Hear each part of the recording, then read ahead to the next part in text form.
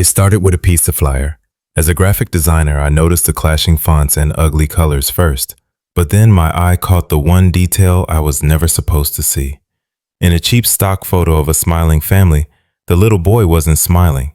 He was screaming, and he was looking right at me. I'm a graphic designer, which I guess is important context for what I'm about to tell you. My eye is trained to see things other people miss. Bad kerning, a mismatched hex code, a pixel that's slightly off. Most of the time it's a curse. It means I can't look at a restaurant menu without wincing. But this one time it might have been something else. This happened about 6 months after Jenna left. My apartment, a one-bedroom place that always felt a little too big for just me, had become a kind of museum of our failed relationship. Her favorite mug, a heavy ceramic thing with a chipped rim, still sat at the back of the cupboard. I could still see the faint indentation on her side of the couch if the afternoon light hit it just right. I worked from home, which meant my isolation had plenty of room to breathe and fester. My days were a quiet loop of Adobe Suite projects, lukewarm coffee, and a silence so profound I could sometimes hear the hum of the refrigerator from 2 rooms away. It was a Tuesday, I remember, one of those gray, featureless afternoons where time feels like sludge. I was taking a break, mostly just staring out the window, when I decided to get the mail. It was the usual stuff, a bill from the electric company, a glossy catalog for a furniture store I couldn't afford, and a single, garish flyer. The paper was glossy and thin, the kind that feels cheap to the touch. Across the top, in 3 different clashing fonts, it screamed, Gia's Family Pizzeria, a slice of happiness. The color scheme was a nauseating mix of ketchup red and a sickly, vile yellow. As a designer, it was a professional insult. My first instinct was to crumple it into a tight ball and give it the unceremonious death it deserved. But something made me pause. The centerpiece of the flyer was a stock photo, the kind you can buy for $10 from 100 different websites. It showed a smiling, impossibly perfect family.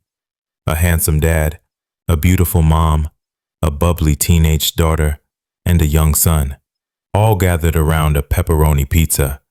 Their smiles were huge and fake, their teeth a little too white. It was the epitome of generic manufactured joy. But my eye, my stupid, detail-obsessed designer's eye, snagged on something. It was a glitch in the matrix. The mom, the dad, the daughter, they were all beaming, playing their parts perfectly. The little boy, though, who couldn't have been more than 7 or 8, was not. His mouth was technically shaped into a slight smile, but his eyes told a different story. They were wide, dark, and fixed directly on the camera, and they held an expression of pure, undiluted terror. It was so subtle, you'd miss it if you weren't looking for it. A fractional widening of the pupils, a tension in the muscles around his eyes that didn't match the curve of his lips. It was like finding a single, screaming pixel in an otherwise placid landscape painting. I stared at it, and a cold, tight knot formed in my stomach. I told myself to stop being paranoid. It was just a weirdly chosen photo. Maybe the kid was having a bad day on set. Maybe he hated pizza. I tried to find a logical explanation, any rational reason that could smooth over this sharp edge of wrongness. But I couldn't shake the feeling. I tossed the flyer into the recycling bin, the cheap paper making a soft, crinkling sound as it landed on a pile of newspapers. I went back to my computer and tried to work, but the image was seared onto the back of my eyelids, the smiling family, and the little boy with his silent, screaming eyes. For a few days, I managed to push it down. Life returned to its monotonous, quiet rhythm. I threw myself into work, taking on a new branding package for a local yoga studio. I tried to lose myself in their world of calming pastels, clean lines, and minimalist fonts. It was the complete opposite of that hideous pizzeria flyer, and I hoped that by immersing myself in serenity, I could somehow purge the ugliness. I tried to forget the flyer, to convince myself it was nothing. But the image of the boy's eyes lingered.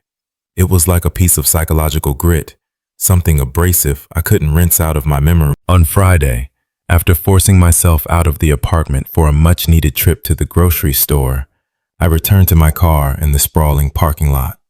Tucked under my driver's side windshield wiper was another piece of glossy paper, flapping slightly in the breeze. My first reaction was just a dull throb of annoyance. Aggressive marketing. I pulled it free, ready to crumple it and toss it into the car without a second glance. But morbid curiosity, that little traitor in my brain, made me look. It was from Gia's Family Pizzeria. The same garish branding, the same terrible fonts, the same smiling family gathered around the same pepperoni pizza. My heart sank a little. But then I looked closer. It wasn't the same photo. You have to understand, from a professional standpoint, this shouldn't be possible. When you do a mass print run of 10,000 flyers, you use a single static image file. You don't create variations. The cost, the logistics, it would be a nightmare. But this was, without a doubt, a different frame from the same photo shoot. It was taken maybe a split second after the first one. The father's hand was now closer to a slice of pizza. The mother's head was tilted at a slightly different, less flattering angle. These were the tiny, insignificant details. And then there was the boy. His eyes were still locked on the camera, still wide with that same primal fear. But his mouth was no longer shaped into that forced, slight smile. It was slightly open now, as if he were in the middle of a silent gasp. The terror in his expression was no longer subtle. It was pronounced, desperate. It screamed off the page. My blood ran cold. I stood there in the middle of the parking lot, the plastic grocery bags digging into my wrist, staring at this impossible object. My mind, my logical designer's mind, started scrambling for an explanation. It had to be a gimmick. That was the only thing that made sense. Some kind of new high-concept viral marketing campaign, designed to be weird, to get people talking online. That's what it had to be. It was unsettling for sure, but it was just a clever ad. I got into my car and placed the flyer in the passenger seat, where it sat looking up at me. I could feel the weight of the boy's silent scream in the quiet of my car. I told myself not to be paranoid. I was just overthinking it because of my job, because I noticed things. But that cold knot in my stomach was back, and this time it was tighter than before. The weekend was a long, slow crawl into paranoia. I left the two flyers on my kitchen counter, side by side, a matched set of escalating dread. I couldn't stop looking at them, my eyes tracing the subtle shifts between the two photos. The father's hand, the mother's head, and most of all, the boy's mouth, opening in that silent scream. The viral marketing theory was the only logical plank I had to stand on. But it was starting to feel awfully thin. By Sunday night, I couldn't take it anymore. The gnawing unease had curdled into a specific, targeted obsession. I had to know. I picked up my phone and, with a shaky thumb, dialed the number from the flyer. I expected a bored teenager to answer, or maybe a pre-recorded message about their weekly specials. Instead, the line connected with a sharp, definite click, followed by a sound that made the hairs on my arms stand up. It was music. A nursery rhyme. Something vaguely familiar but warped, as if played on a broken music box. The melody was slow, distorted, and sickeningly off-key, each note dragging like it was being pulled through molasses. It played for maybe 10 seconds, a tinny, haunting little tune that filled the silence of my apartment. Then the line went dead. No hello, no welcome to Gia's Pizzeria, just that broken song. I stared at my phone, my heart hammering against my ribs. Okay, so not a normal pizzeria, but still, it could be part of the gimmick, right? An edgy, creepy ad campaign? I immediately opened my browser and typed in the address printed at the bottom of the flyer, 1428 Elm Street. Google Maps pulled it up instantly. My stomach dropped. The street view image showed a desolate single-story brick building in a rundown industrial part of Northfield I'd never even driven through. The windows were boarded up with graying plywood, the brick facade covered in layers of faded graffiti. A peeling sign above the door read, Elm Street, Wash and Dry. It had clearly been abandoned for years. I zoomed in, scrolling around the image, looking for any sign of life, any hint of a new business moving in. There was nothing. Just urban decay and silence. A cold sweat broke out on my forehead. This wasn't a marketing campaign, or if it was the most elaborate and pointless one in history. This was something else entirely. This was a lie. Against every instinct screaming at me to lock my doors and pretend I'd never seen anything, I grabbed my keys. I had to see it for myself. Driving through the deserted streets of the industrial park felt like descending into another world. The streetlights were sparse and flickering, casting long, distorted shadows. I found the address easily. It was exactly as the photo had shown. A derelict shell of a building, a tombstone for a forgotten business. I parked across the street and killed the engine. There was no sign of a pizzeria, new or old. Just the smell of damp concrete and the profound quiet of a place the world had left behind. I sat in my car for a long time. The only sound, the frantic, unsteady thumping of my own heart. The viral marketing theory was dead, and I had no idea what had taken its place. The discovery of the fake address shifted something deep inside me. My fear was no longer abstract, a free-floating anxiety. It was anchored now to a deliberate malicious deception. The flyers weren't just weird anymore. They were a lie, a lure. And once I had that realization, I started seeing them everywhere. On Monday morning, I saw one pinned to the community corkboard of my local coffee shop, right next to an ad for a dog walker and a lost cat poster. On Tuesday afternoon, one was left on the park bench where I sometimes ate my lunch. Each time, I felt a compulsive need to take it. It was like I was collecting evidence for a crime that no one else knew was happening. Each time, the photo was another frame in the horrifying sequence. I cleared off my coffee table and laid them all out in order. The two I already had, plus the new ones. It was like watching a stop-motion film of a family dinner descending into a private hell. The parents and the daughter remained completely oblivious, their painted-on smiles unwavering. But the boy's terror was a living, evolving thing. In frame 3, a single tear was visible on his cheek, a tiny, glistening speck on the glossy paper. In frame 4, his small hands, which had been resting on his lap, were now clenched into tight, white-knuckled fists. By frame 7, which I'd found taped to a lamppost near my apartment, he seemed to be subtly shaking his head, a desperate, silent no. I became a man possessed. My freelance work was completely forgotten. I went to a Staples and bought a magnifying glass. I scanned the flyers into my computer at the highest possible resolution, poring over them on my monitor for hours, zooming in on the pixels, looking for some clue, some reflection in an eye, anything. I was no longer just a graphic designer. I was a forensic analyst of dread, feeling increasingly isolated. I posted an anonymous message on the Northfield community subreddit. I tried to keep it casual. Has anyone else been seeing these weird flyers for Gia's Family Pizzeria? The ones with the creepy kid? The post got exactly 3 replies. One user, probably a teenager, wrote, LOL, probably some art student project. Another said, yeah, I got one. Pizza looks gross. The third just posted a GIF of a man wearing a tinfoil hat. That was it.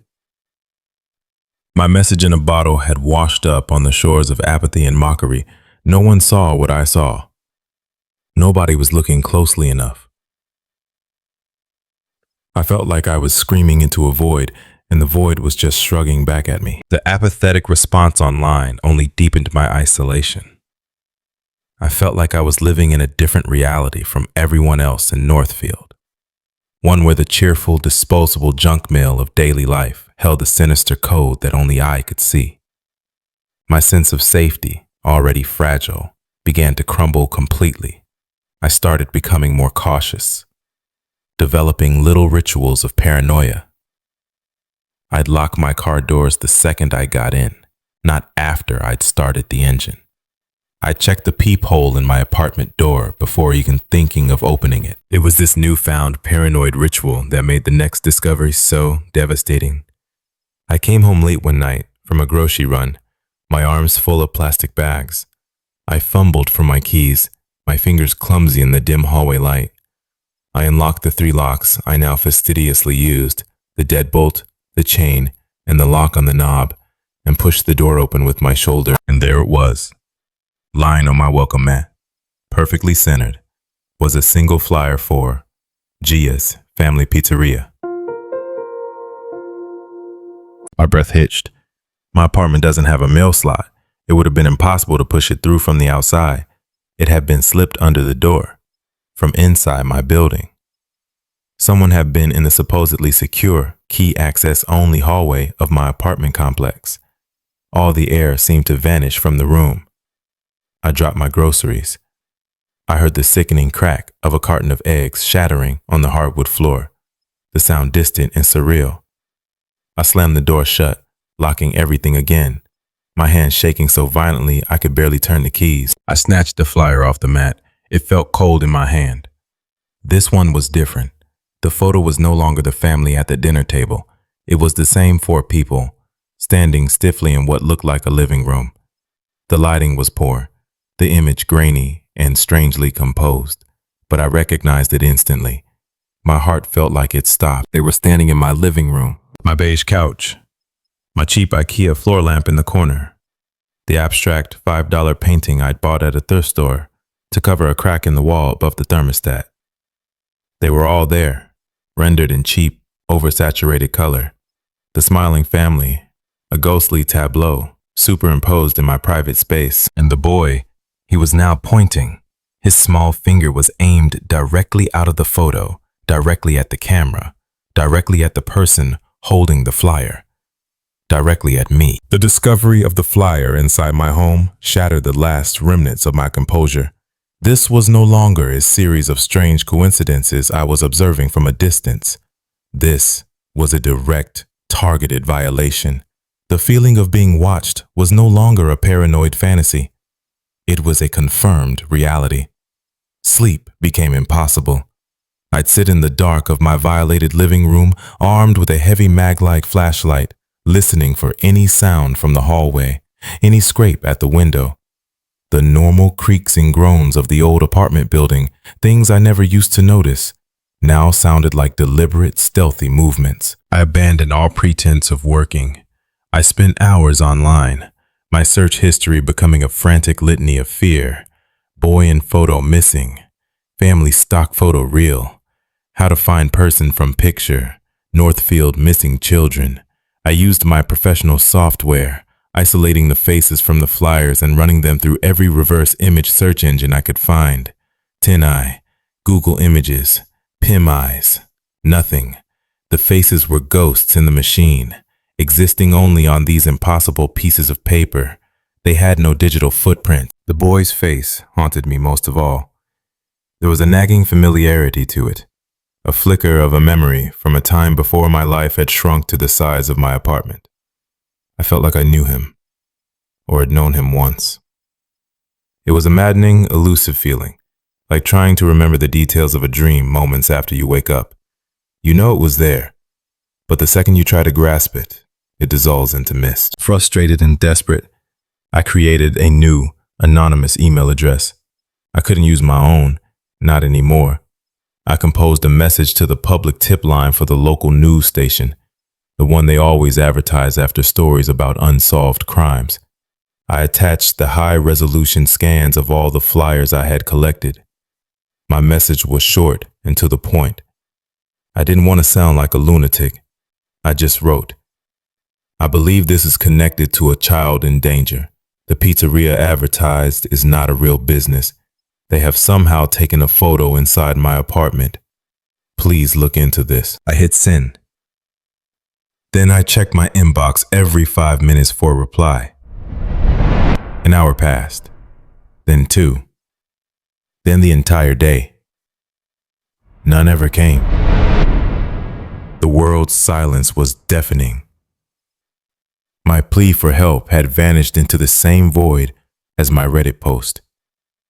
And I was left alone in the dark with my collection of screaming photographs. After 2 days of obsessive email checking and mounting terror, I knew I couldn't handle this alone anymore. The silence from a news station was its own kind of answer. I needed someone with authority to believe me, to do something. I carefully gathered the flyers from my coffee table, placing them in chronological order inside a clear plastic folder. I put the most damning one, the one showing the family inside my living room, right on top. I drove to the Northfield Police Precinct, my heart a frantic drum against my ribs. The station smelled of stale coffee and disinfectant. I waited for nearly an hour on a hard plastic chair before my name was called. I was led to a small desk where an officer sat, a man with tired, bloodshot eyes, and a name tag that read, Davies. I laid out my story as calmly as I could, trying not to sound like I was losing my mind. I explained my job as a graphic designer, why I noticed the details in the photos. I presented the sequence of flyers, the impossible variations. I told him about the non-existent pizzeria, the abandoned laundromat, the distorted music box tune on the phone. Finally, with trembling hands, I pushed the folder across the desk. They were in my apartment, I said, my voice cracking on the last word. Or they somehow took a photo of my apartment. I don't know how. Officer Davies listened with a practiced, patient air that felt more condescending than comforting. He picked up the folder and looked through the flyers, his expression unreadable. He spent a little more time on the last one, comparing it to a photo of my living room I'd pulled up on my phone. When he was done, he slid the folder back across the table toward me. Mr. Miller, he began, and his voice was laced with a weary sympathy that made my skin crawl. This is unusual, I'll give you that. He leaned back in his chair. Look, it's probably some new kind of augmented reality game, or a very elaborate prank. Some college kids with too much time on their hands. I stared at him, aghast. A prank? Officer, someone got into my building. They left that on my welcome mat. They know where I live. Davies sighed, a long, tired sound. We can file a report about a possible trespasser in your building hallway, if you want. But as for the flyers, there's no crime here. It's junk mail. Very strange junk mail, but junk mail nonetheless. There's nothing we can act on. I left the station feeling more violated than before. The one system I believed was there to protect people had looked at my terror, patted me on the head, and filed it away under miscellaneous weirdness. I was completely, utterly on my own. Defeated, I returned to my apartment, which now felt less like a home and more like a cage someone else had the key to. That nagging familiarity with the boy's face was still scratching at the back of my brain, and my fruitless online searches had only made it worse. I needed a distraction, something to do with my hands that wasn't refreshing a dead-end search page or checking my email for a reply that would never come. So I started cleaning. It was a frantic purging activity. I scrubbed counters that were already clean, vacuumed floors that didn't need it. Finally, I decided to tackle the boxes in the back of my closet, filled with artifacts from my life with Jenna, things I hadn't had the heart to touch since she left. I told myself I was clearing out the old to make way for the new, but really, I was just running from the present. I pulled out a dusty cardboard box labeled Work Stuff 2019. It was from my old job at a big corporate marketing firm downtown, a soulless place I left 3 years ago for the freedom of freelancing. Inside was a collection of meaningless awards and a thick, glossy photo album from the company archives. I sat on the floor and flipped through the pages of forced smiles and awkward team-building exercises. There was a company picnic at a local park, a holiday party where everyone looked a little too drunk, and then I saw it. The image hit me like a physical blow. It was a group photo of my old marketing department, all 20 of us lined up in front of the office building. I was in the back row, looking awkward and out of place. And in the foreground, near the front, was a quiet, unassuming colleague named Mark. He was an analyst from the data division, a guy I barely knew. And sitting on Mark's shoulders, piggyback style, was his son, a small boy with dark hair and wide, serious eyes, who was looking not at the camera, but off to the side with a pensive expression. My breath caught in my throat. I brought the photo album closer to my face, my heart starting to pound. There was no doubt. It was the boy from the flyers. His name was Leo. I remembered now. The name, the face, it all came rushing back. Mark had been a reserved man who rarely spoke about his family. He'd brought Leo to that company picnic. I remembered the kid being quiet, clinging to his dad's leg. Mark had left the company suddenly without a farewell party or group email. The official story from HR was that he'd taken a better job in another state. No one had heard from him since. The memory was like a key turning in a rusty lock, the tumblers falling into place with a sickening thud. This wasn't random. It wasn't a prank. It wasn't an art project. It was connected to Mark, to Leo. And it had been aimed directly at me for a reason I couldn't begin to fathom. The name, Leo, and the face, Mark, changed everything. The threat was no longer an anonymous phantom haunting my mailbox. It had a history, a connection, however tenuous, to my own life. But the knowledge brought no comfort, only a colder, more specific kind of fear. The question that echoed in the oppressive silence of my apartment was no longer what, but why. Why me? I barely knew Mark. We might have exchanged a dozen pleasantries over the 2 years we worked in the same building. We talked about the weather, about a project deadline once. That was it. What could I have possibly done to become the target of this elaborate psychological torture? I tried to find Mark online, searching for him and Leo, using the last name I vaguely recalled from an old email chain. The digital trail was cold. It was as if they had vanished from the face of the earth after he left that job. My paranoia, which had been a simmering pot, now boiled over. It bloomed, taking root in every shadow of my life. I became convinced I was being watched constantly. I'd be working at my desk and feel a prickling on the back of my neck, a certainty that there were eyes on my window, even from 3 stories up. I covered my laptop's webcam with a piece of tape. Late at night, I started hearing things, a faint, rhythmic tapping. It wasn't a knock on the door, which would have been terrifying enough. It was a light, delicate tap, tap, tap on the glass of my bedroom window, a sound that should have been impossible. My apartment was on the 3rd floor. There was no fire escape, no balcony, nothing for anyone to stand on. The first time I heard it, I froze, my blood turning to ice, straining to hear it over the frantic pounding in my ears. I told myself it was a branch, but there were no trees tall enough to reach my window. It would last for a minute, then stop, leaving me in a silence that was somehow louder than the sound itself. Then I began noticing a car, a dark, gray sedan, maybe an old Ford Taurus, parked across the street. It was always there when I left to get groceries. Always there when I came back. It never had a parking ticket, which was strange for that part of the street. It had no distinguishing features, and I could never see the driver through the tinted windows. It was just a silent, brooding presence, another piece of the suffocating dread that was becoming my entire world. I was living in a state of siege. My apartment was supposed to be my bunker, my last safe space, but I was beginning to suspect the enemy was already inside the wall. It was 3 nights after I identified Mark and Leo. I was huddled on my couch in the dark, peering through a small gap in my blinds at the street below. The gray sedan was there, as always, a silent, brooding presence under the orange sodium glow of a streetlight. My phone, which I now kept permanently on silent, lit up the coffee table with an incoming call. The screen read, "Unknown number." My first instinct was to ignore it. It was almost midnight. No good calls come from unknown numbers at midnight. But a horrifying thought occurred to me. A jolt of cold certainty. What if it was them?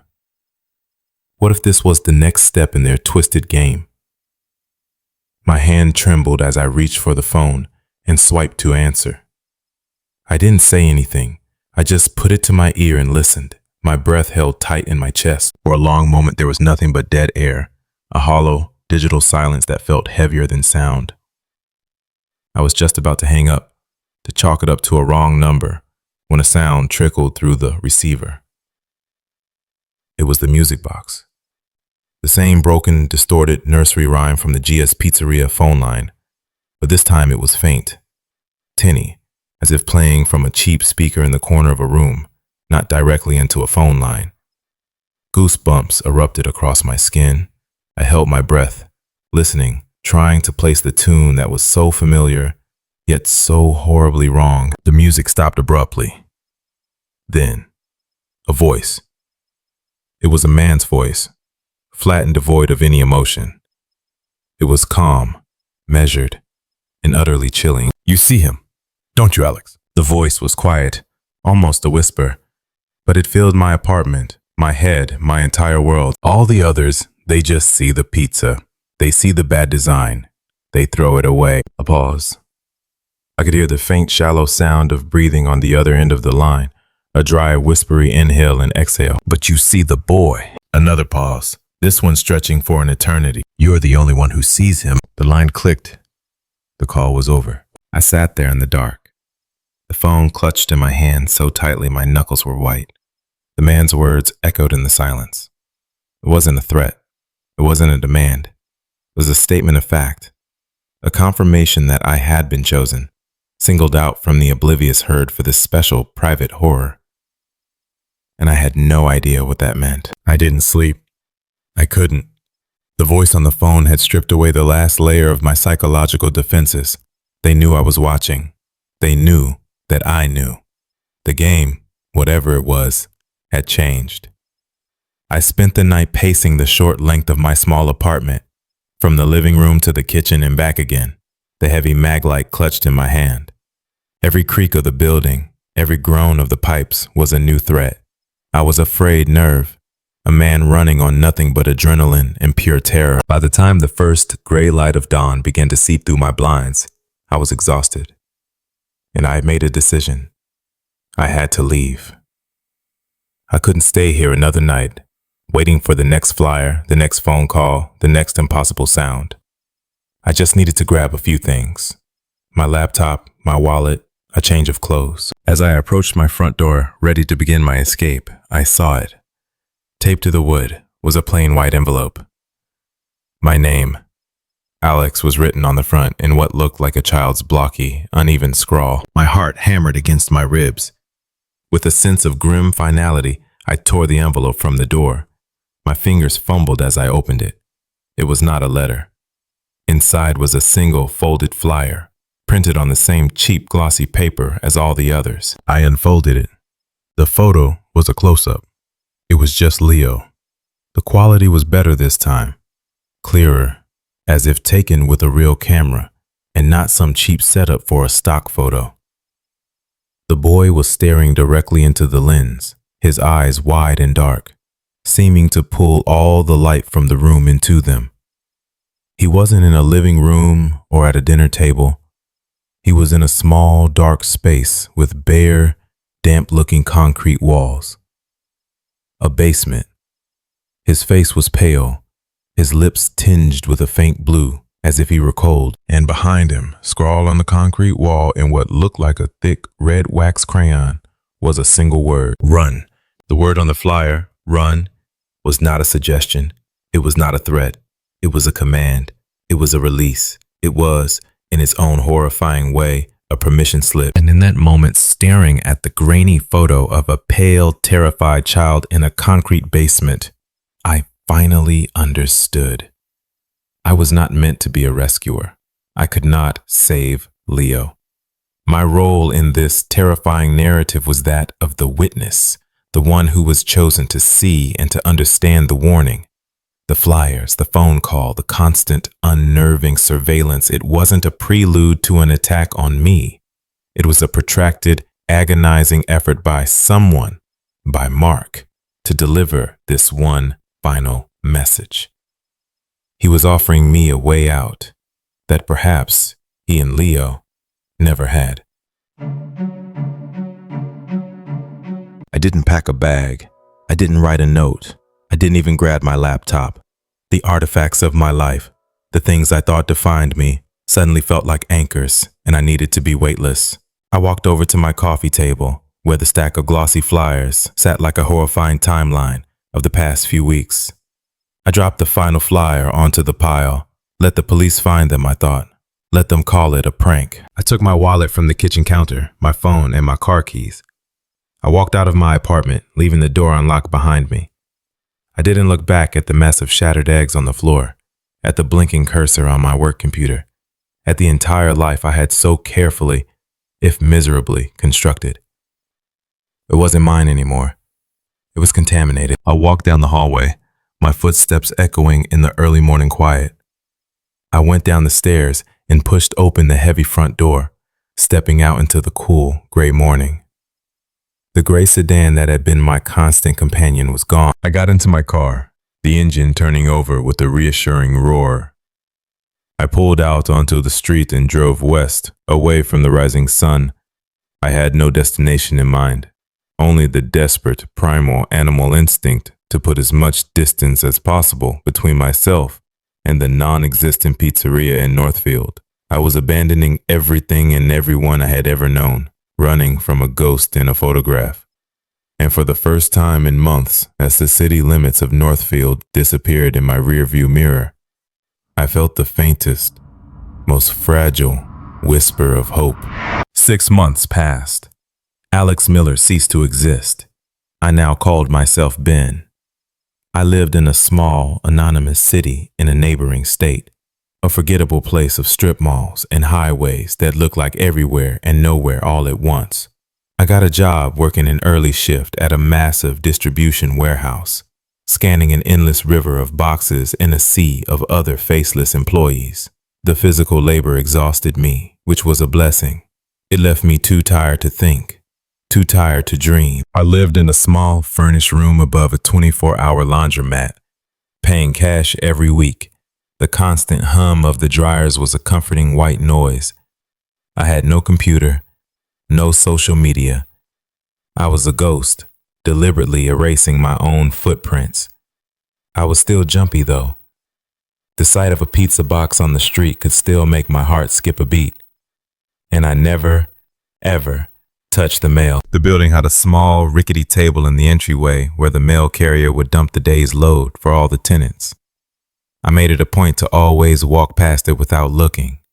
It was my one unbreakable rule. One rainy Tuesday, I was returning from my shift, soaked and weary.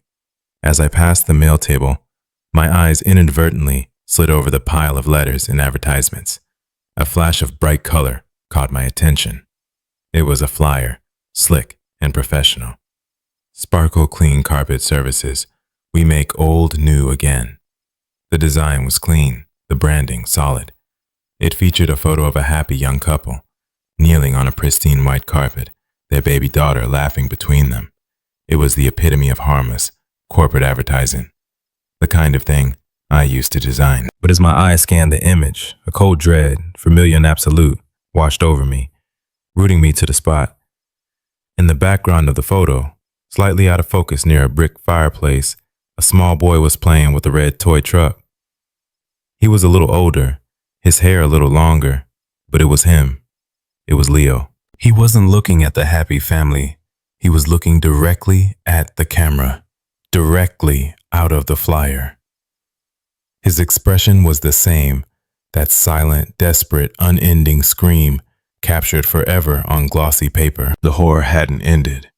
It had found me, and it was reminding me, quietly and patiently, that I would never truly get away. That's where my story ends. For now. I don't know what happened to Mark or to Leo. I don't know if I'll ever see another flyer. All I know is that I'm still looking over my shoulder. Some questions just don't have answers. And maybe that's the most terrifying part. Thank you for watching Horror Story. If this story stuck with you, let us know in the comments. Don't forget to subscribe to Horror Story and hit the notification bell so you don't miss another tale of lingering dread. Stay safe out there and always check your mail carefully. The house smelled of dust and damp regret. The air was so still, it felt heavy. While cleaning out a kitchen drawer, my fingers brushed against something cold and metallic. It was an ornate brass key that didn't belong anywhere in the house. Company policy was to throw everything out. My mistake was putting it in my pocket. I work for a property preservation company. It's a field most people don't even know exists. A quiet, necessary industry that moves in the wake of financial ruin. When a bank forecloses on a house, they hire us to go in, secure the property, and clean it out. We are the janitors of abandoned dreams. My name is Alex, and for the past 3 years, this has been my life in Crestfall, Ohio. Crestfall is the kind of tired, Rust Belt town that has more foreclosures than it has opportunities, so business is steady. The work isn't glorious. It's mostly trash outs, which is the industry term for hauling a family's entire life to a dumpster. You find everything. Old photo albums sticky with spilled soda, a child's report card tucked into a dusty book, half-empty bottles of medication on a nightstand. You become an unwilling archaeologist of someone else's final, desperate days in their home. The first few jobs mess with you. You feel like a vulture picking at a carcass. But after a while, you develop a necessary callousness. You have to. You learn to see a life's worth of possessions not as memories, but as cubic feet of debris to be hauled away. My boss, Dave, a man who has been doing this for 20 years, puts it simply. We're just taking out the trash, Alex. The house is already empty long before we get there. I try to remember that. This particular story started in late October, when the air in Ohio gets that sharp, cold bite and the sky turns a permanent shade of slate gray. Dave handed me a new work order, a property on Elm Street on the older side of town. The file was standard: foreclosure, occupants vacated, bank wants it secured, winterized, and cleaned out for a potential sale next spring. Looks like a standard one, Dave said, tapping the folder. Change the locks, board up the broken window in the back, drain the pipes, standard stuff. Just get it done before the first hard freeze. I nodded, took the folder, and glanced at the single, grainy photo of the house stapled to the inside. It was a 2-story colonial, probably built in the 40s. The paint was peeling, and the front porch sagged a little on one side, like a tired old man slumping his shoulders. It looked sad and forgotten, just like all the others. I had no idea that this house, this collection of empty rooms and peeling paint, held something different. I didn't know that I was about to find a small, insignificant object that would unravel the quiet, predictable rhythm of my life. The house on Elm Street smelled of dust and damp regret. The air was thick and still, the way it only gets in places that have been sealed shut for weeks, trapping the last moments of a life inside. I propped the front door open with a rubber wedge, letting a sliver of cold gray light cut through the gloom. The first step of any job is documentation. I walked through every room, my phone in hand, taking photos for the bank to prove the state of the property upon my arrival. Living room, dining room, kitchen. The furniture was gone, but the ghost of it remained. Faded squares on the wallpaper where pictures once hung. Circular indentations in the carpet where a heavy table used to stand. It's always the same sad geometry of absence. Upstairs, the bedrooms were just as bare. In what was probably the master bedroom, someone had left a single wire hanger dangling from the closet rod. It swung gently in the draft from the open front door, making a soft, rhythmic clinking sound against the metal bar. It was the only noise in the entire house. A tiny, lonely metronome counting out the silence. I started the trash out in the kitchen. The previous owners had left behind a predictable mess of junk, old newspapers from months ago, a collection of mismatched mugs with faded logos, a greasy toaster oven caked with crumbs. I pulled out a heavy-duty trash bag and began sweeping everything off the counters. As I was clearing out a drawer full of old takeout menus and tangled rubber bands, my fingers brushed against something hard and metallic. I pulled it out. It was a key. But it wasn't a normal house key. It was heavy, made of ornate, tarnished brass, with an intricate, almost floral-shaped head and a long, cylindrical shaft. It looked like something from another century. A key meant for a heavy, antique lock. not the cheap, quick-set deadbolts on the doors of this house. My job was to throw everything away. Company policy was strict on that. You don't keep souvenirs. You don't get sentimental. You are there to erase a life, not preserve pieces of it. But I hesitated. I have found weird things before. An unopened bottle of 50-year-old scotch. A box of antique dolls that looked like they'd murder you in your sleep. But this was different. It was small, self-contained, and for some reason I couldn't explain, it felt important. I tried it in the front door, then the back door, even the old rusted lock on the cellar door. Nothing. It didn't belong to this house. It was just another piece of forgotten junk. I should have thrown it in the trash bag with the stained menus and expired coupons. I really should have, but on a strange impulse, I can't explain even now, I slipped it into the pocket of my jeans. I finished the kitchen and moved on to the living room. There was an old, built-in bookshelf next to the fireplace, its paint chipped and yellowed. Most of the shelves were empty, but on the bottom shelf, tucked into the corner, a single book remained. It was a thick, leather-bound copy of Moby Dick. It looked out of place, too old and distinguished for this sad, neglected house. I picked it up. The spine was cracked and the pages were brittle and yellow. It felt like a prop from a movie.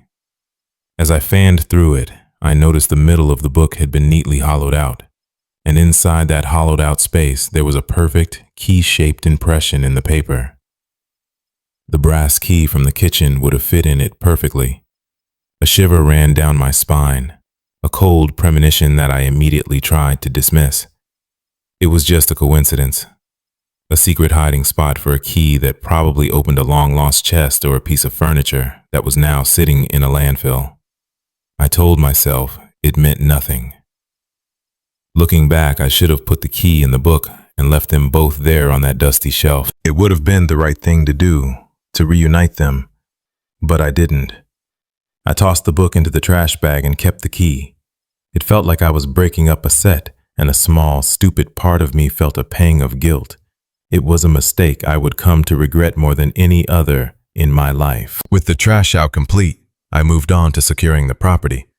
This was the part of the job I usually enjoyed. It was methodical, practical. You bring order to a chaotic space, a satisfying finality to the process. I started with the locks. I used my drill to remove the old standard-issue deadbolt from the front door and replaced it with a new heavy-duty one from the kit in my van. The fresh, shiny brass of the new lock was a stark contrast to the peeling paint of the door. I did the same for the back door. Then I went to the broken window, a small pane of glass in the laundry room off the kitchen that had been shattered. I carefully removed the remaining shards of glass from the frame with a pair of pliers, letting them fall onto a piece of cardboard. I measured the frame and went out to my van to cut a piece of plywood to fit.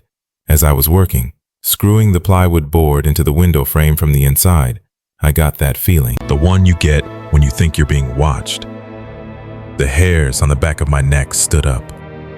It's a primal, animal instinct that cuts right through whatever you're doing.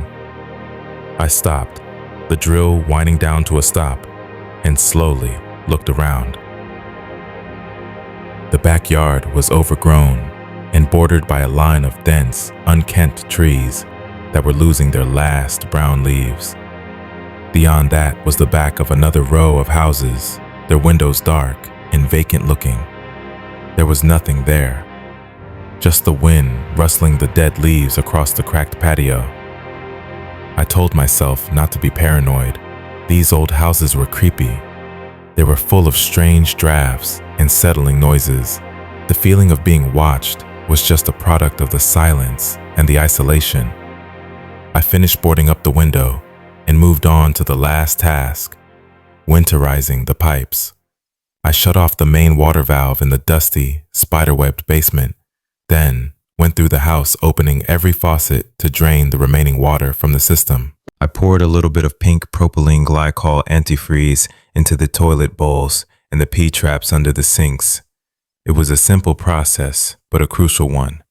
A burst pipe in the winter could cause thousands of dollars in damage, and the bank would be on Dave, who would then be on me. By the time I was done, the sun was already starting to set, painting the permanent gray sky with thin streaks of orange and purple. The day was ending. I did one last walkthrough, taking my after photos for the bank, documenting the new locks and the secured window for our records.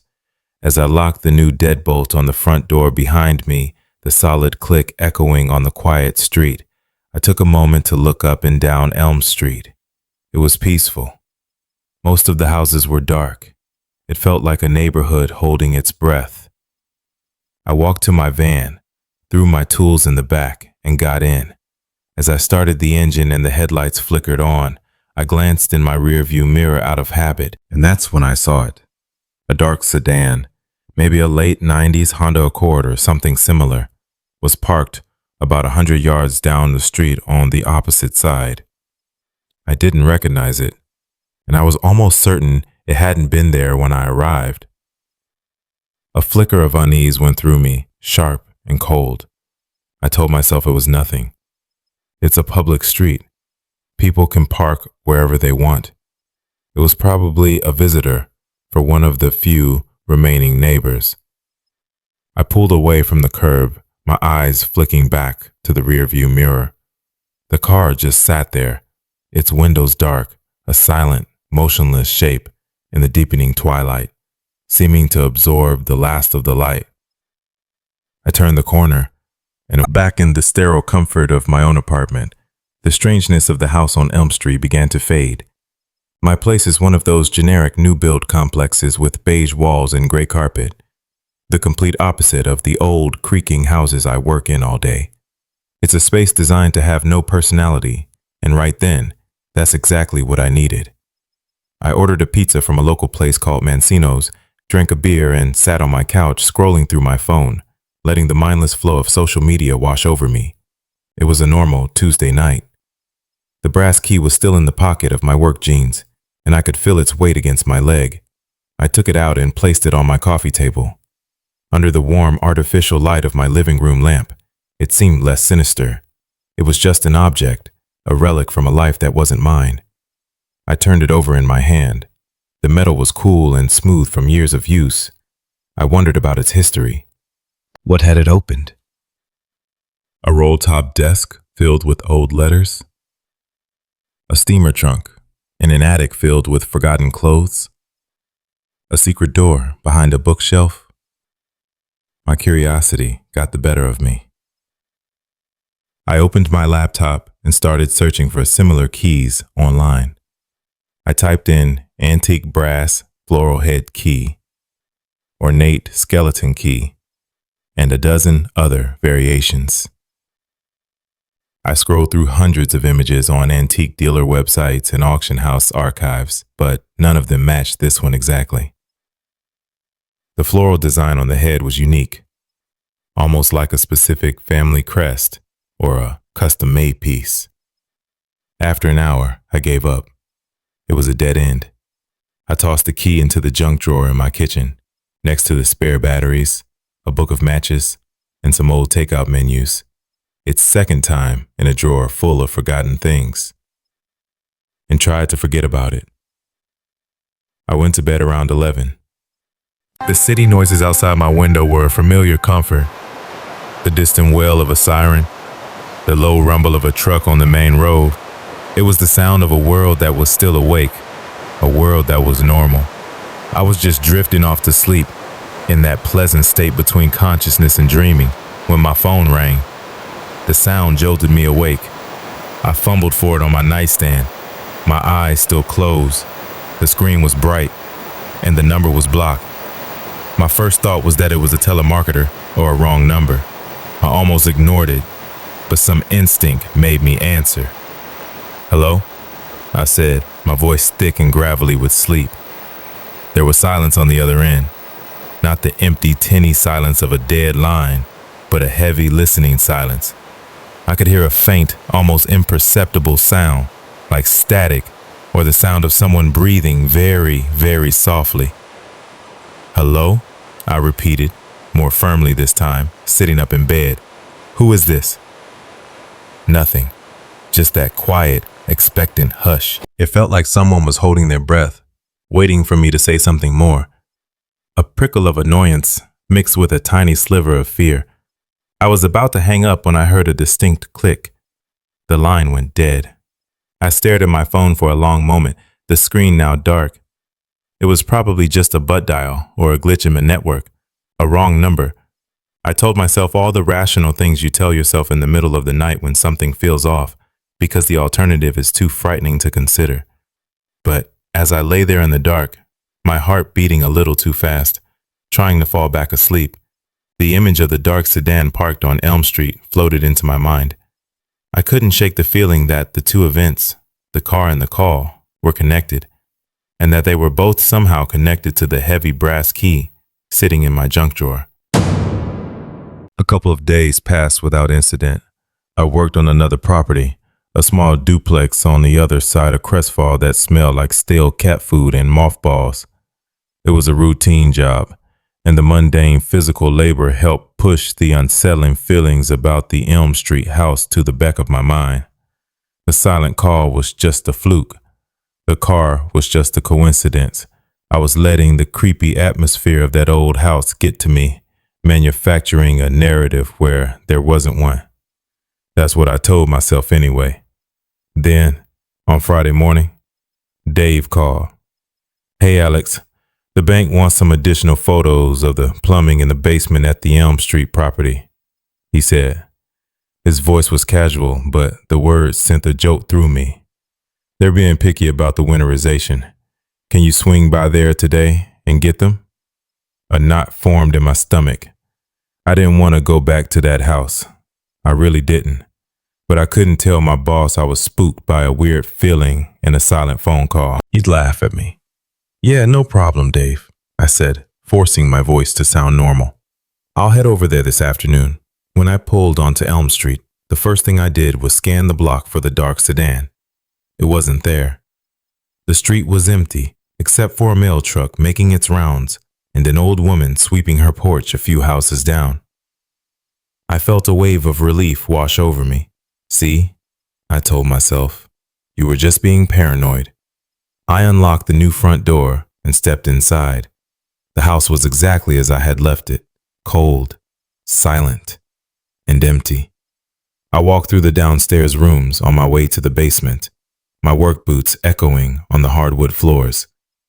In the living room, I stopped dead. Something was wrong. It took me a second to figure out what it was. The room was empty, just as I'd left it, but there was a single wooden dining chair sitting in the middle of the floor. I hadn't left a chair there. I knew I hadn't. During the trash out, I had piled the few remaining pieces of furniture. This specific chair, a broken end table, a lamp with a ripped shade, by the front door for disposal. I distinctly remembered hauling all of them out to the dumpster myself. I had a photo on my phone to prove it. One of the after shots I'd sent to the bank. The living room, completely, unequivocally bare. I pulled out my phone, my hand shaking slightly as I navigated to my photo gallery. I found the picture. Empty. I looked up at the room. A single chair sat there, perfectly centered between the fireplace and the opposite wall, as if it were an art installation. As if it had been placed there with purpose. My heart started pounding. There was only one explanation. Someone had been inside the house since I left. But how? I had changed the locks. I had the only keys. I walked over to the chair and touched it, half expecting my hand to pass right through it. It was real. Solid wood. I slowly checked all the doors and windows again. The new deadbolts on the front and back doors were secure and untampered with. The plywood I'd screwed over the broken window was untouched. There was no sign of forced entry anywhere. It was impossible. My mind scrambled for a rational explanation. Maybe I did leave the chair. Maybe I was tired and I just forgot. It was a stupid, flimsy explanation, but it was better than the alternative. I took the required pictures of the basement plumbing, my eyes constantly darting into the dark corners of the cellar, imagining a figure standing just beyond the reach of my phone's light. Every creak of the old house sounded like a footstep. I worked as quickly as I could, a cold dread seeping into my bones.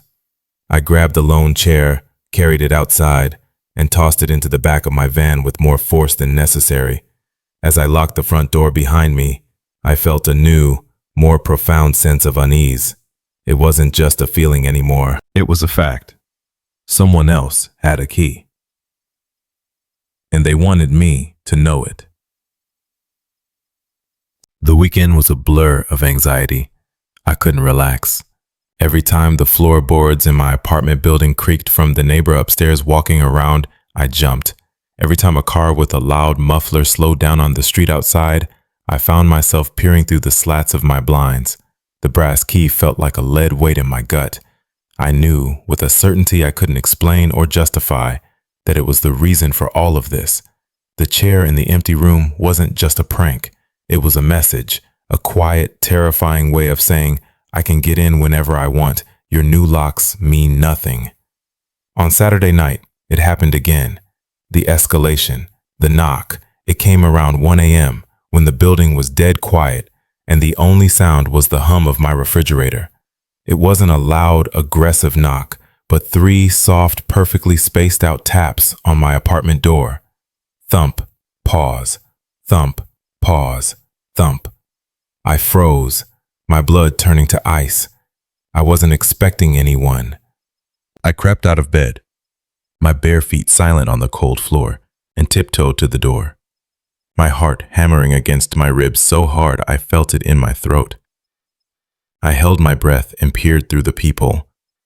The hallway outside was empty. The dim, yellow light of the overhead fixture illuminated nothing but a blank, beige wall and the dark brown door to my neighbor's apartment across the hall. There was no one there. I stayed there for what felt like an eternity, my eye pressed to the cool metal of the peephole, waiting. But nothing happened. No sound of footsteps retreating down the hall. No ping from the elevator at the far end of the corridor. It was as if the person who knocked had simply vanished into thin air. I backed away from the door and leaned against the wall, my legs shaking so badly I had to slide down to the floor. This was no longer passive. This wasn't just a feeling of being watched. This was active harassment. Someone had followed me home from Elm Street. They knew where I lived. They knew which apartment was mine out of the 36 in this building. My mind raced. Was it the previous owner of the house? Someone who had stashed the key and now wanted it back? But why not just ask for it? Why the silent calls, the moved furniture, the phantom knocks in the middle of the night? It was a campaign of psychological terror, designed to unnerve me, to make me feel constantly watched and unsafe. And it was working. I did the only thing I could think of. I went to the kitchen, my movements jerky and uncoordinated, opened the junk drawer, and took out the brass key. I held it in my hand, its weight feeling sinister now, heavy with intent. I walked to the living room window, slid it open, and was about to throw the key out, to hurl it into the manicured bushes in the courtyard 2 floors below. But I stopped. A new, chilling thought entered my mind, as clear and sharp as a shard of glass. What if throwing it away was the wrong thing to do? What if that's what they were waiting for? What if the goal wasn't just to get the key back, but to see what I would do with it? I felt trapped. Getting rid of the key felt just as dangerous as keeping it. I slid the window shut, my hand trembling, and put the key back in the drawer. I spent the rest of the night on my couch, with a large kitchen knife on the coffee table next to me, watching the front door and waiting for the sun to come up. Sleep wasn't an option anymore. By Monday, I was a wreck. I hadn't slept more than a few fitful, nightmare-filled hours all weekend. Every shadow in my apartment looked like a person. Every random noise from the hallway was a potential threat. At work, Dave noticed something was off immediately. "You look like hell, Alex," he said, handing me a styrofoam cup of coffee that tasted like burnt plastic. "Rough weekend?" "Something like that," I mumbled, avoiding his eyes. I couldn't tell him the truth. How could I? He'd think I was crazy. A haunted key? A ghost moving chairs? He'd tell me to take a vacation and get my head straight. I tried to lose myself in work. The company had a contract to clear out a foreclosed strip mall, and I spent the day hauling soggy, molded drywall out of what used to be a laundromat. The physical labor was a welcome distraction, a way to sweat out some of the anxiety.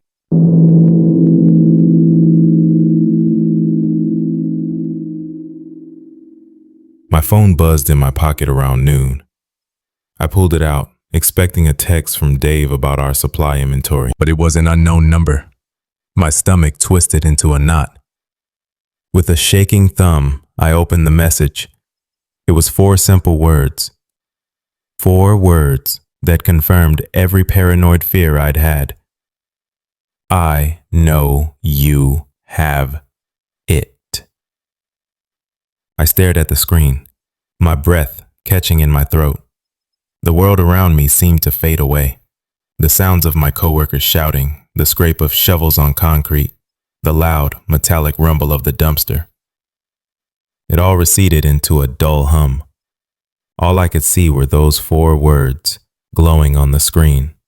It was him, the person who had been in the house, the person who had called me, the person who had knocked on my door.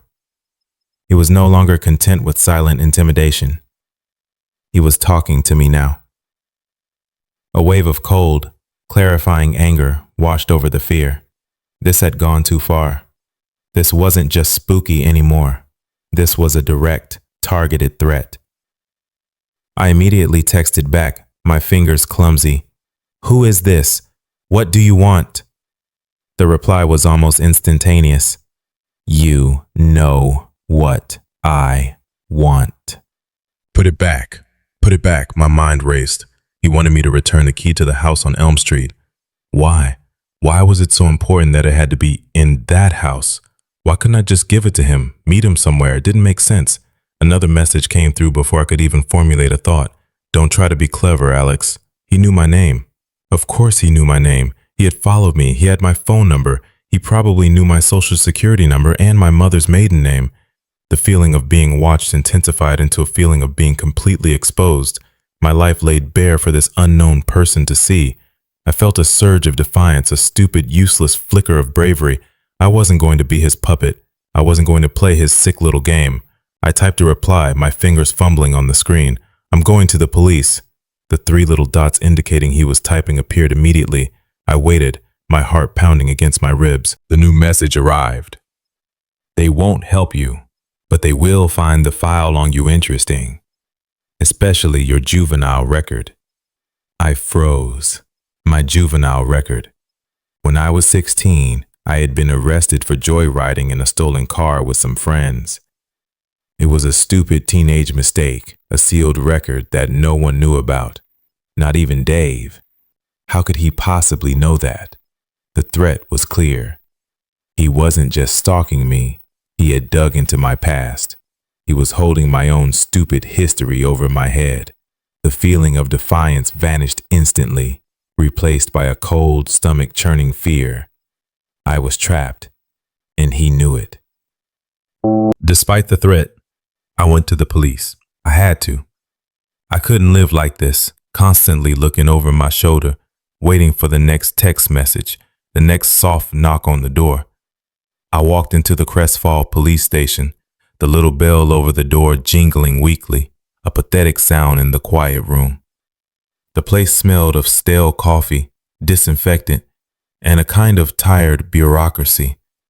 The officer at the front desk, a heavy-set man in his 50s with a permanently bored expression etched onto his face, looked up from his newspaper.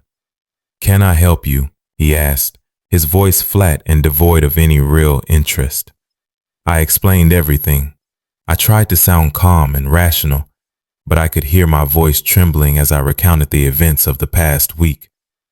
I told him about the key, the dark sedan that had been parked outside the house, the single chair moved in the empty living room, the silent calls in the middle of the night, the phantom knocks, and finally, the text messages.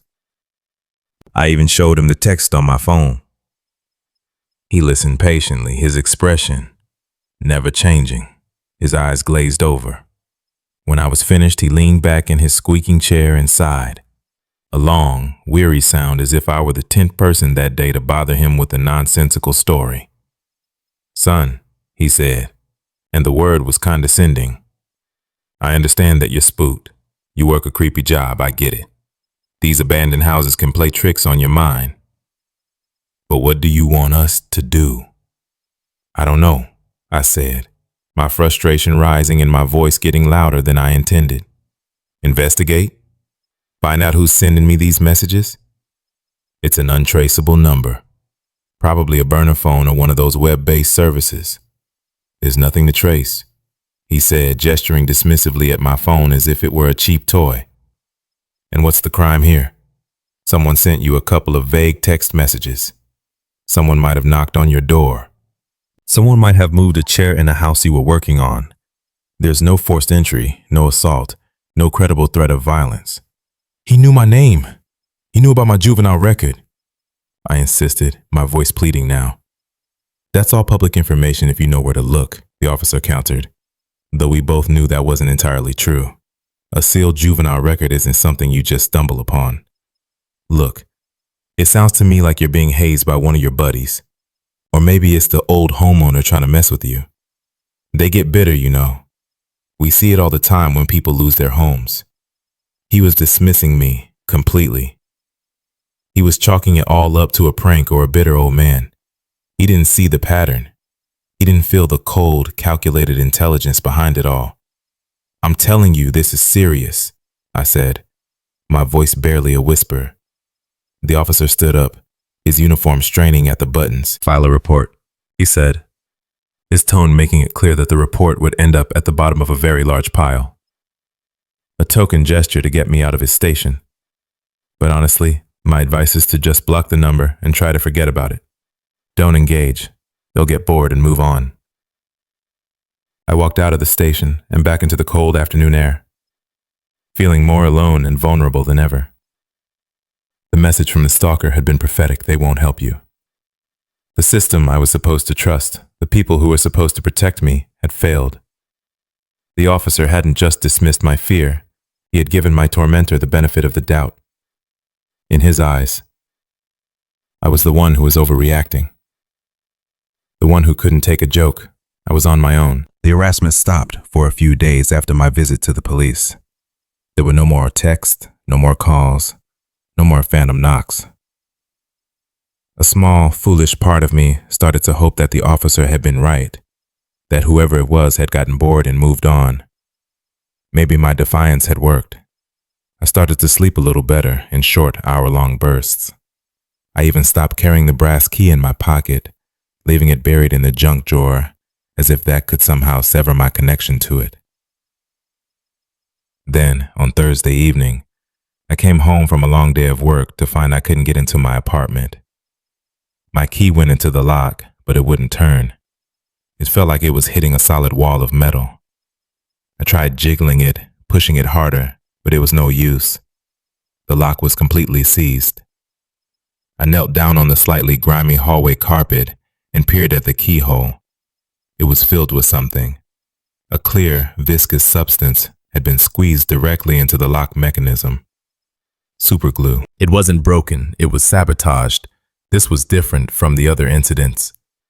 This wasn't just a psychological game anymore. This was tangible. This was a direct physical act designed to inconvenience and intimidate me. He had been here. He had stood right outside my door, a tube of glue in his hand, and calmly, methodically disabled my lock. My blood ran cold. I had to call a locksmith. I stood in the hallway for over an hour, waiting, feeling exposed and vulnerable under the buzzing fluorescent lights. Every person who walked past, every door that opened or closed, sent a jolt of pure adrenaline through me. I kept my back to the wall, scanning the faces of my neighbors, people I'd only ever nodded to before, now seeing them all as potential threats. Was he watching me right now? Was he enjoying this? The locksmith was a young guy named Ben, who looked like he'd rather be anywhere else. He let out a low whistle when he saw the lock. "Yep, that's super glue all right," he said, shaking his head with a professional sort of weariness. Second one I've seen this week. Some real jerks out there. It took him another 45 minutes of careful drilling to destroy the old lock and install a new one. The bill was $200 I didn't really have. As I was paying him, I looked out the hallway window at the street below. A man was walking a dog on the opposite sidewalk. He was completely average, middle-aged, wearing a plain gray coat and a baseball cap pulled down low over his eyes. As he passed under a streetlight, he glanced up, his eyes seeming to lock directly onto my window for just a fraction of a second. It was probably nothing, a random glance, but in my heightened state of paranoia, it felt like a signal, a knowing look, a little acknowledgement. The man continued down the street and disappeared around the corner. "You all set?" the locksmith said, snapping me out of my trance. "Thanks," I said, handing him the cash. After he left, I stood in my apartment, the new shiny lock on my door feeling flimsy and inadequate. He hadn't broken in. He didn't need to.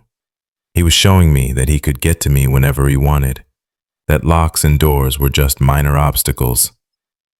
He was systematically turning my home, my one safe space, into a prison, and he was enjoying it. I couldn't take it anymore. The constant fear, the sleepless nights, the feeling of being hunted. It was breaking me. My apartment no longer felt safe. My work felt like a minefield. The man, whoever he was, wouldn't stop until he got what he wanted. And what he wanted was for me to put the key back. I had to end this. I decided in a moment of fear-fueled desperation to give in. I was going to do exactly what he wanted. I was going to take the key back to the house on Elm Street. Looking back now, it was an unbelievably stupid idea.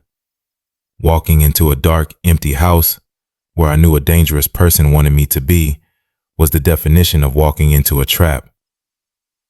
But I felt like I had no other choice. The police wouldn't help me. I couldn't tell my boss. Playing his sick game was the only move I had left.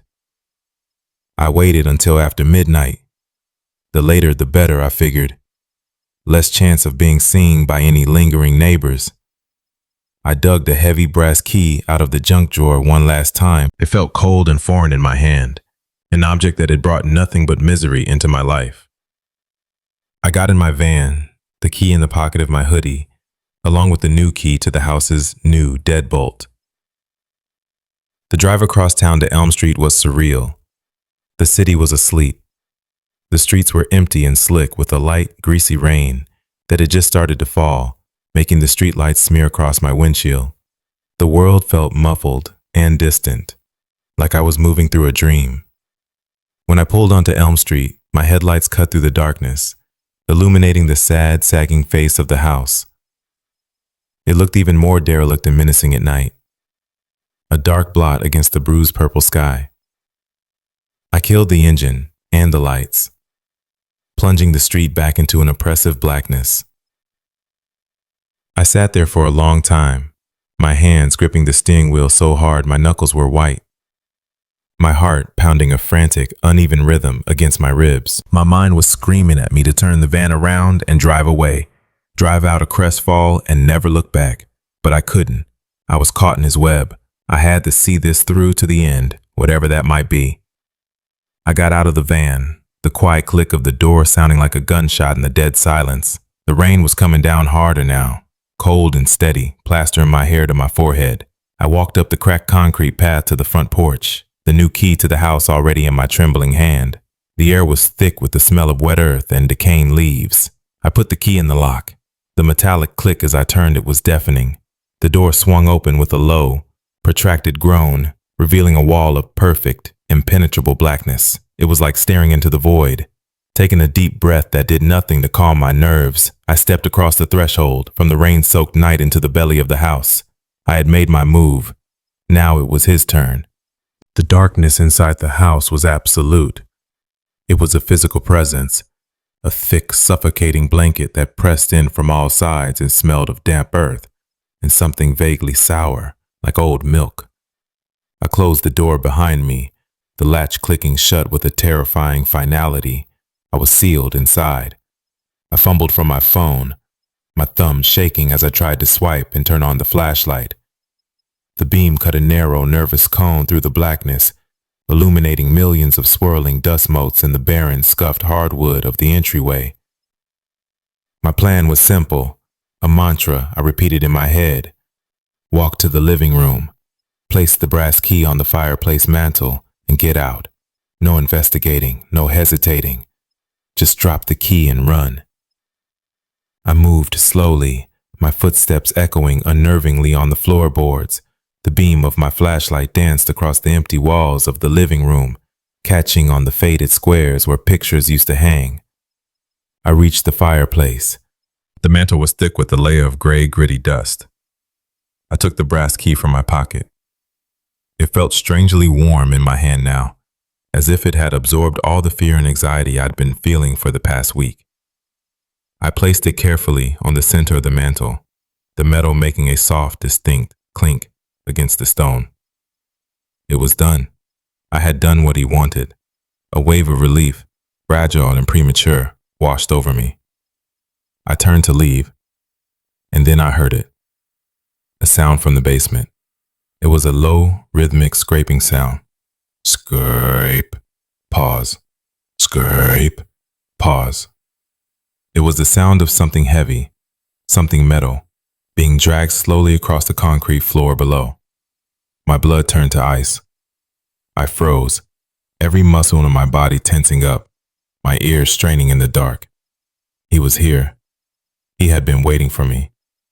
The narrative in my head became a frantic, fragmented mess of pure terror. He was in the basement.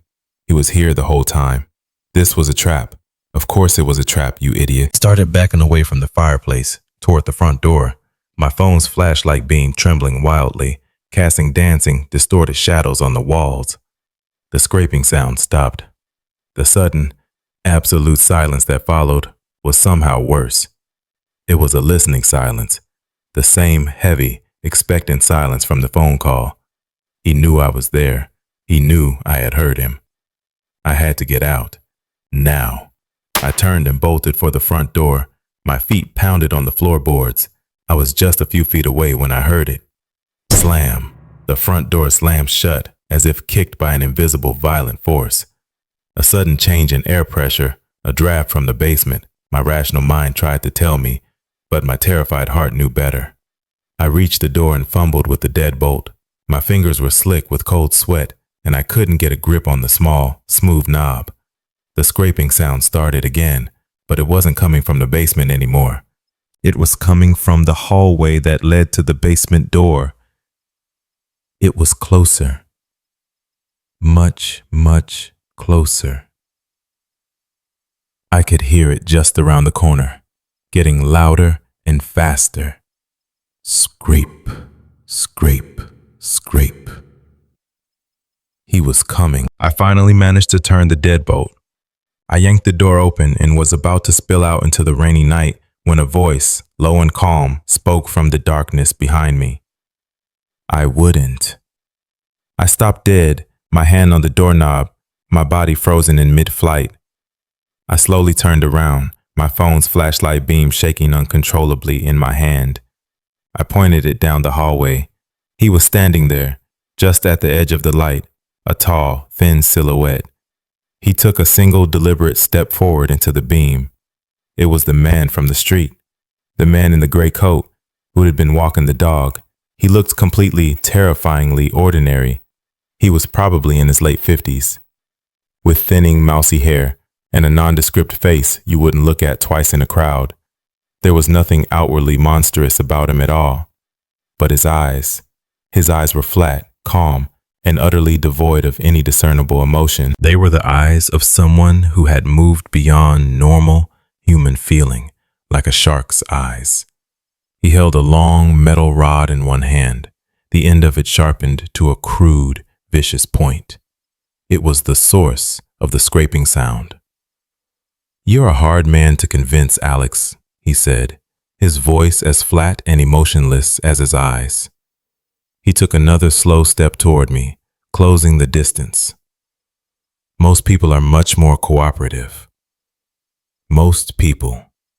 The phrase hung in the air, thick with horrifying implication. I wasn't the first. What do you want? I managed to stammer, my voice a weak, pathetic whisper that barely made it out of my throat. I believe you have something of mine, he said, his gaze flicking for a moment toward the fireplace where the key now sat. He hadn't come for the key. He had come for me. He had orchestrated this whole thing to get me here, alone, in this house, at this exact moment.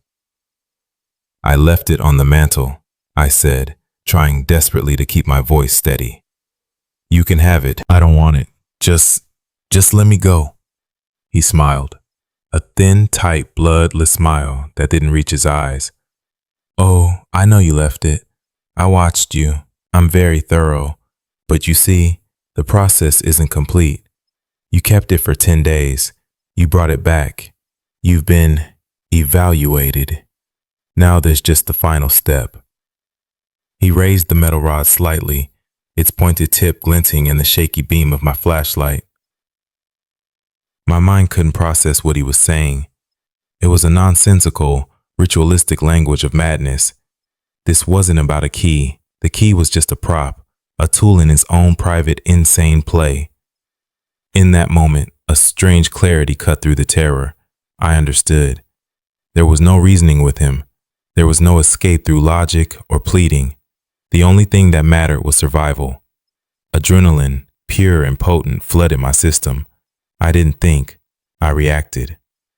I aimed my phone directly at his face, blasting the bright LED beam into his flat, dead eyes. He flinched, raising a hand to shield his face with a small grunt of annoyance. It was the opening I needed. I spun around through the door open and ran. I launched myself off the porch, my feet slipping on the wet, mossy steps, and I fell hard onto the wet grass. Scrambling to my feet without feeling any pain, I ran as fast as I could, not looking back, my lungs burning, the cold rain stinging my face. I didn't stop until I reached my van, my fingers fumbling frantically for the keys in my pocket. I got in, slammed the door, and locked it. I jammed the key into the ignition and peeled away from the curb, the tires screeching on the wet pavement. In the rearview mirror, I saw him. He was standing on the porch of the house, bathed in the dim light from the open doorway. He wasn't chasing me. He was just standing there, watching me go, the metal rod hanging loosely at his side. He had let me go. And somehow, that was the most terrifying thing of all. I drove for an hour, my knuckles white on the steering wheel, before I finally pulled over at a brightly lit 24-hour gas station on the interstate. I sat in my van for a long time, shaking, the engine still running, the rhythmic thump of the windshield wipers, counting out the seconds. I never went back to my apartment. I left everything behind, my clothes, my furniture, my entire life in Crestfall. I drove to my parents' house, 3 states away, showing up on their doorstep at 4 a.m., looking like a wild animal. I never gave them the full story. How could I? I told them I was having some kind of breakdown, that I couldn't handle the job anymore, that I just needed to come home. They were worried, but they took me in. I called Dave the next day and quit. I just told him I was moving, and that was that. I never heard from him again. A week later, I sold my van to a local dealership for a fraction of what it was worth. I just wanted it gone. I threw my phone into a river on a cold gray morning, watching it sink into the murky water. I cut every tie I had to that life. It's been 2 years since that night. I live in a new city now. I have a new job, working in a loud, busy warehouse where I'm surrounded by people and the constant noise of machinery. I avoid quiet places. I have 3 separate locks on my apartment door, and I check them constantly, sometimes getting out of bed in the middle of the night just to make sure they're all bolted. I still don't know who that man was. I don't know why he does what he does. The police report I filed was a dead end, just a piece of paper in a forgotten file, detailing the ramblings of a scared young man. I've come to believe the key itself was meaningless. It was a tool, a lure. He plants it and then he watches. He watches to see who will take it, who has that little bit of curiosity, that little bit of larceny in their soul. Then he begins his process, his evaluation. He tests you, pushes you to see how you'll react to fear and paranoia. Why? I'll most likely never get any answers.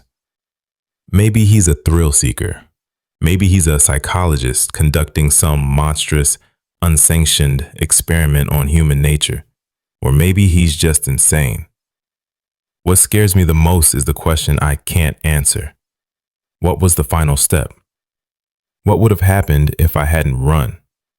Was he going to kill me with that metal rod? Or was it something else? Something worse?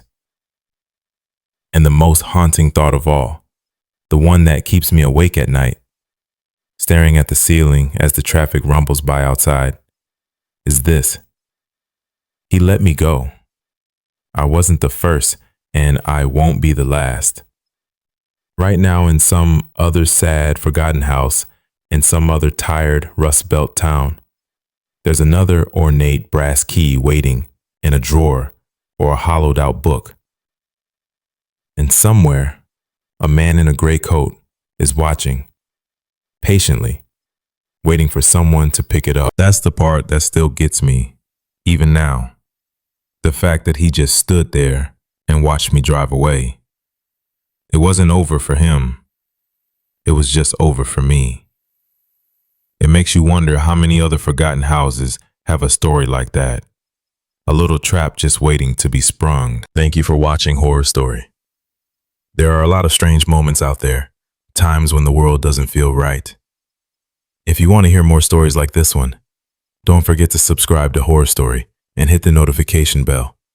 You never know what's waiting in the next empty room. Stay safe.